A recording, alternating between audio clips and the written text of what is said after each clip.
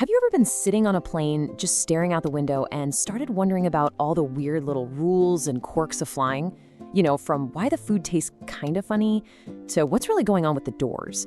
Well, today we're going to dive into all of that because we are unpacking some of the biggest secrets of the sky, and it's all grounded in some seriously cool science. I mean, we've all seen it in the movies, right? Some action hero or a terrified passenger tries to wrench open the emergency exit at 35,000 feet.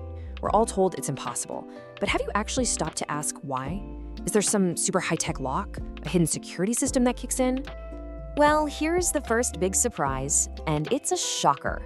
Most airplane doors, they aren't locked. Not in the way you and I think of a lock anyway. There are no keys to turn, no keypads, no big heavy bolts. So if someone actually managed to get to that handle and pull, there's nothing physically stopping them. So if it's not a lock, what in the world is holding that door shut? Yeah, the answer has absolutely nothing to do with locks and everything to do with pure physics. It all comes down to where we fly and the just unbelievable forces that are at play when you're soaring miles and miles above the Earth. Okay, so commercial jets cruise way, way up there, somewhere between 30 and 40,000 feet. Now, part of the reason is to get a smoother ride, right? To fly above all that bumpy weather down in the troposphere. But the number one reason? It's all about the money. Pure economics. And check this out. The higher you go, the more the air thins out. At cruising altitude, the air is only about a third as dense as it is down here at sea level. That means way less drag on the plane, which lets it fly about 73% faster using the same amount of fuel. I mean, think about that. It's just a massive gain in efficiency.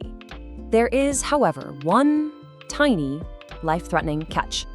Up there, the air is basically unbreathable. Now, the amount of oxygen is the same, but the pressure is so low that those oxygen molecules can't really get into your blood. So, to keep everyone alive and well, the cabin has to be artificially pressurized. And that pressure difference, the high pressure inside the cabin pushing out against the super low pressure outside, that is the real secret here. It creates this invisible but unbelievably powerful force that literally clamps the entire plane shut, and that includes the doors. This is where the engineering gets just brilliant. Almost every airplane door is what's called a plug door. It's designed to be physically wider on the inside than the frame it fits into.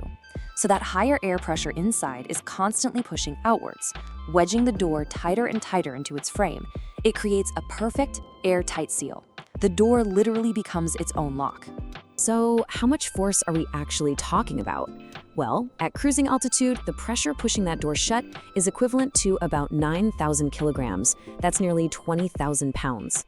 So yeah, the bottom line is this. No human on Earth, not even the strongest person alive, could possibly pull that door inward against that kind of pressure, period.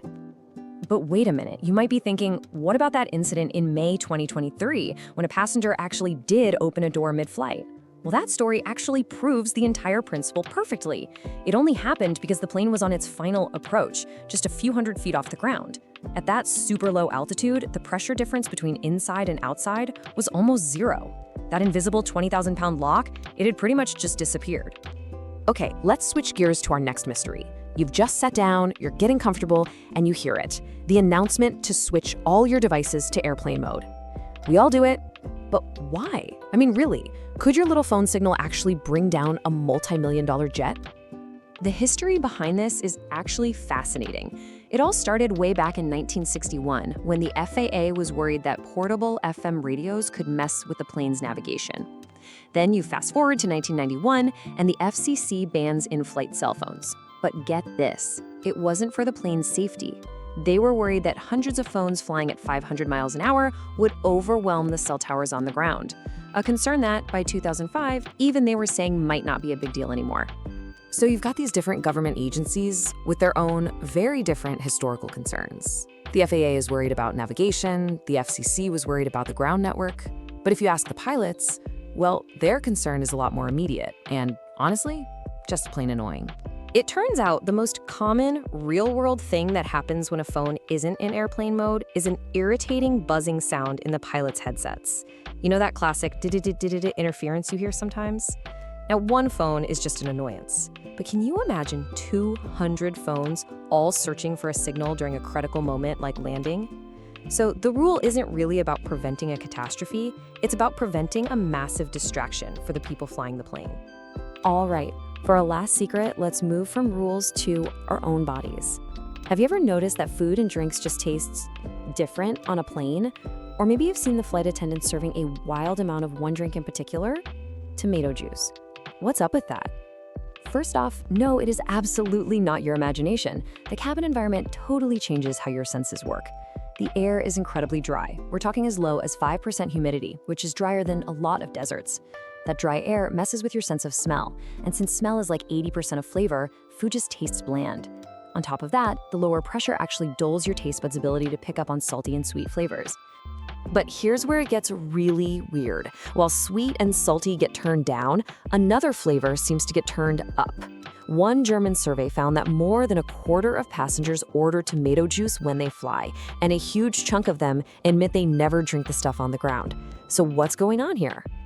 Believe it or not, the secret ingredient might just be the noise. That constant loud drone from the jet engines is thought to stimulate a nerve called the chorda tympani, which runs right past your eardrum. And this stimulation seems to crank up our perception of that savory, rich flavor called umami, the taste you get in stuff like Parmesan cheese, mushrooms, and, you guessed it, tomatoes. The engine noise literally makes the juice taste better. How wild is that? So whether we're talking about the simple physics of a plug door, the cautious history of a safety rule, or the weird biology of our own taste buds, one thing becomes crystal clear. Every single tiny aspect of flying is the result of decades and decades of intense study, engineering, and learning from mistakes. And that constant analysis is exactly what makes flying one of the safest things you can possibly do.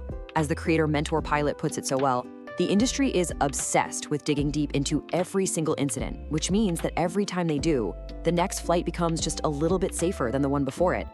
So you see, the secrets of the sky aren't really secrets at all. They're just these elegant applications of science and a lot of hard-won lessons. It kind of makes you wonder, doesn't it? Now that you know the incredible science behind a simple flight, what other everyday things that we just take for granted are waiting for us to question them?